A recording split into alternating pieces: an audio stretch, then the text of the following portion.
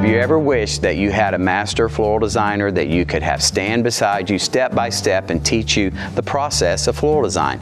My name is Kirby Holt. I'm a master floral designer with more than 25 years of experience in the business, and I want to show you step by step how to create beautiful floral designs with the kits from myfloraldesign.com. I hope you enjoy this video and this series.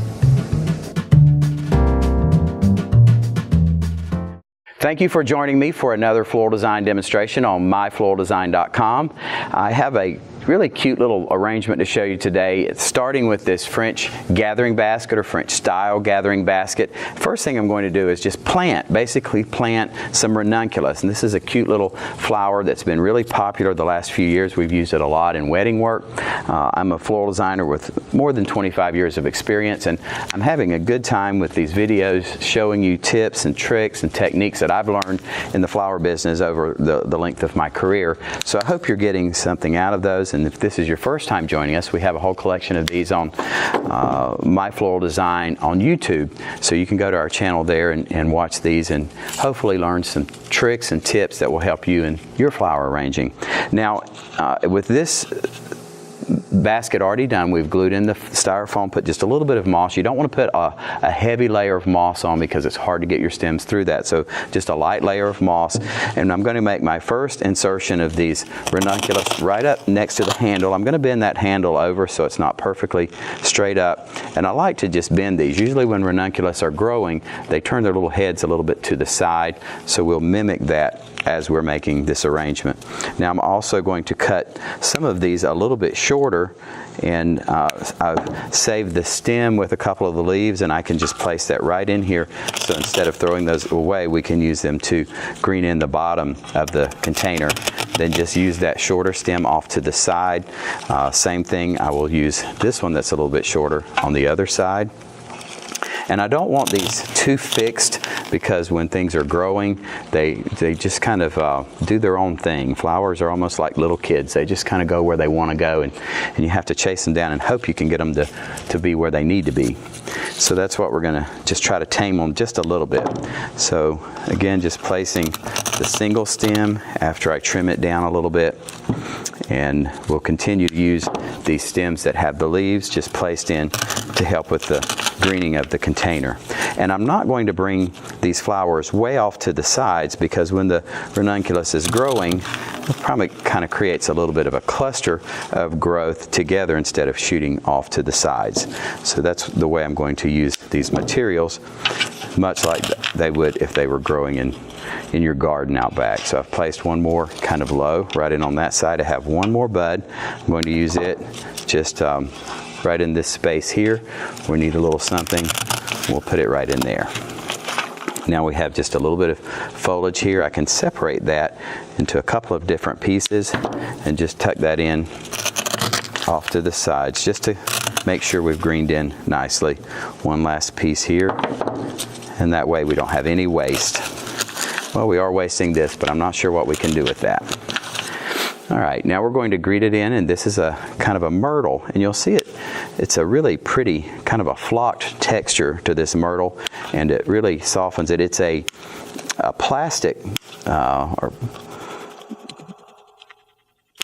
leaf, but by putting that coating of flocking on it, you get a softness and a naturalness that you wouldn't get with just the plastic texture. Now I've cut those two in half, and I'm going to do that with most of these and just use this myrtle all the way around. Some would call this a laurel, because probably looks a little bit like a laurel leaf as well as a myrtle leaf. And I'm going to just keep putting these in low and creating just a cover of foliage all the way around the basket, just to finish it in across the bottom. Again, cutting it about halfway up the stem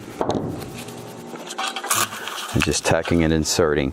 Now, if you wanted to, at every insertion, you could put just a dot of hot glue here right on the tip of the stem as you insert it, and that will glue everything together well for you. Sometimes if we're working in our studio, I have a pan of hot glue beside me, and we'll just dip and insert, and so everything is glued in together well. But if you're a beginner and you're not sure about the placement, you may want go ahead and just design the whole arrangement, and then you can come out and take them out one at a time, put your glue and put it right back in the place where it was. That way you don't have an arrangement that's all glued together that you're unhappy with. You can make sure all of your placement is where you want it, and then you can come back one stem at a time and glue it together so that you're happy with your finished product. So you can see I'm keeping this fairly small, much in the frame of the basket. And the last element we're going to use here is just a little bit of a wildflower. Sometimes if weeds are pretty, we call them wildflowers. So I'm not sure what this bloom is, but it's pretty, and it has a nice dark red color similar to what's on the edges of the ranunculus there, and it works nicely as a finisher or a filler. If you are familiar with floral design, you're probably familiar with the term filler, and those are those small flowers that we put in to just kind of fill in space in an arrangement. And what I'm doing here is pushing those blooms up on these stems so that rather than it being all the way down the stem, it just kind of clusters up the stem, because we've already filled in low with that foliage. And now I can just come in underneath and put some of these filler kind of wildflowers right in and finish it off. Just keep pulling those stems up, putting them one right up toward the top there.